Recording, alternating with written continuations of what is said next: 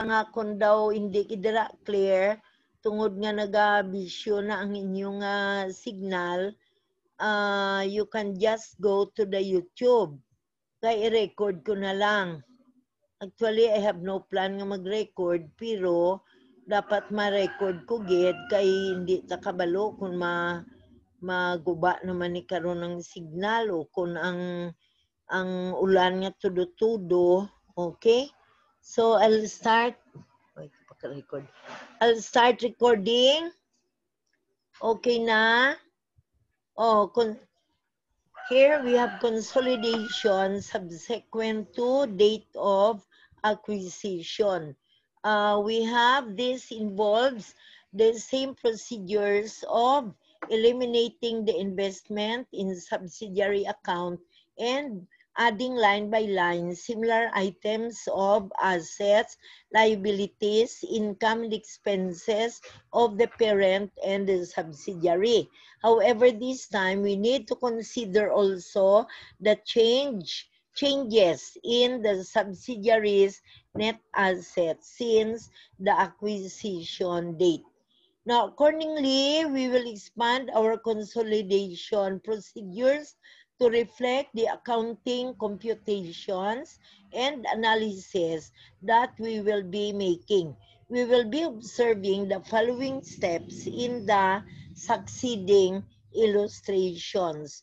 So now we have these 7 steps to be followed in connection with the preparation of our consolidated statements, including the preparation of the elimination entries. So step number 1, we have the analysis of effects of intercompany transactions. So what are the effects of intercompany transactions? Step number 2, analysis of net assets. 3, goodwill computation. 4, non-controlling interest in net assets computations. 5, consolidated retained earnings computation. 6, consolidated profit or loss computation. And 7, computation of for profit or loss attributable to the owners of the parent and to NCI. So the parent now and the NCI. So in step number 1, we have to analyze the effects of intercompany transactions. So when we talk about intercompany transactions, we are referring to, for example, intercompany sales of inventories. Like, for example, the parent buying merchandise from the seller, from the subsidiary, or the subsidiary is the one buying merchandise from the parent. Or we have intercompany dividends, the subsidiary giving dividends to the parent. Now, these are examples of intercompany transactions. This is relevant when the parent and subsidiary had intercompany transactions during the period or in the previous period. And we are going to have this in the next chapters. Or maybe we can already begin with module number 6 down to 7. Step 2, analysis of net assets. We will use the following formula to facilitate this analysis. So we have now the 2 columns, the acquisition date and the consolidation date and the net change. First, we have the share capital and share premium. Share premium or PIC. So at the date of acquisition and at the date of consolidation, whatever increase or decrease. Then we have the retained earnings in both columns, other components of equity. So we have to include here your say other comprehensive income that will be forwarded here. So we have your totals at carrying amounts. Then we have the fair value adjustment at acquisition date.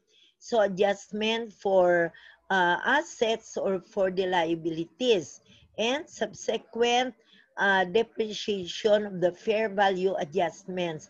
Actually, we are not talking only of depreciation of your property, plant, and equipment, but we may call it amortization of fair value adjustments, or we will be amortizing your adjustments in assets and liabilities. So, for example, you have an undervaluation of inventory. So you have to amortize that. Actually, the word, it's not proper to call it depreciation, though depreciation may refer to your tangible fixed assets. So the more appropriate term is amortization.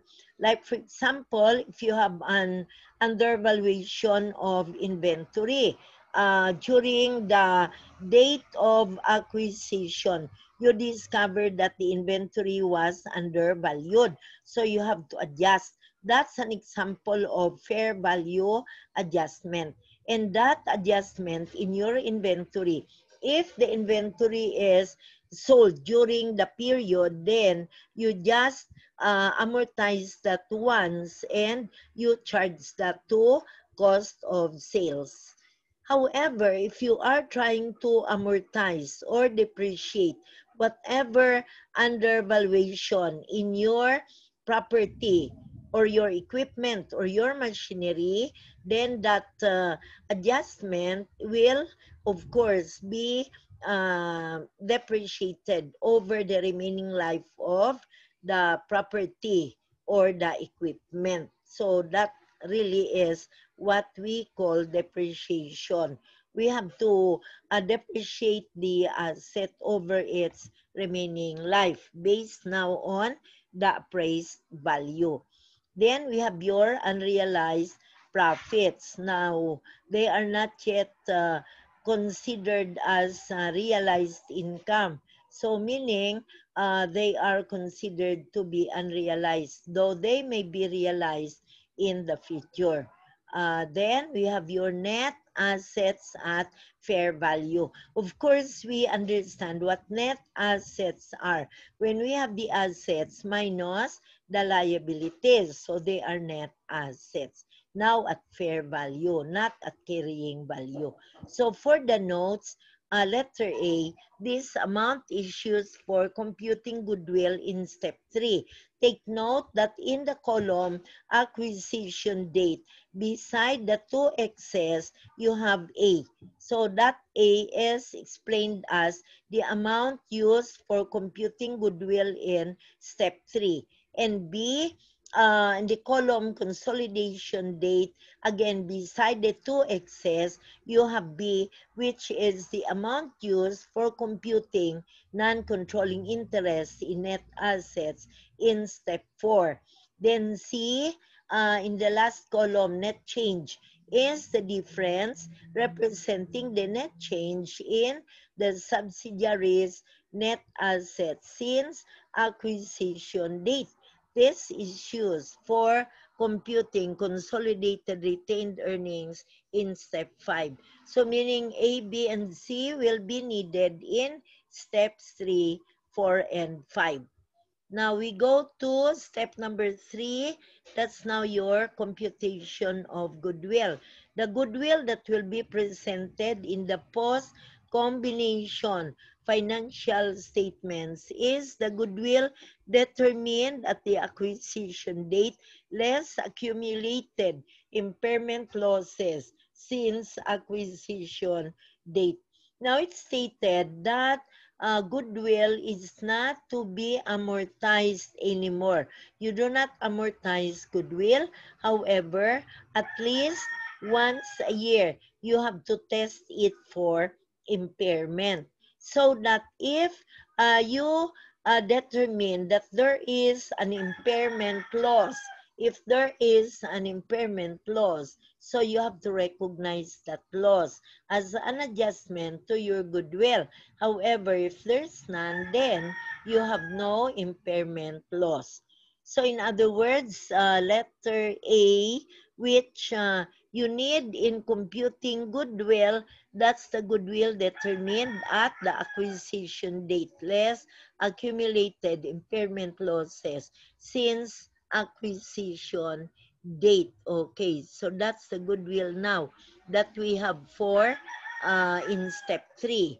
Goodwill is computed as follows. Now we use either formula number 1, where the NCI or the non-controlling interest is measured at the NCI's proportionate share.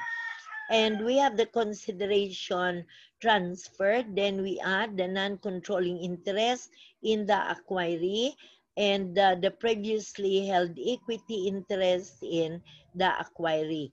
But if some of these are not present, then you only consider what is there. Like in most problems, only the consideration transferred is available among the data. So no other amounts, but only your consideration automatically is the total. Then from the total, we are going to deduct the fair value of the net identifiable assets acquired. Now you have the goodwill at acquisition date. Now anyway, if you can recall, that's really the formula in computing goodwill.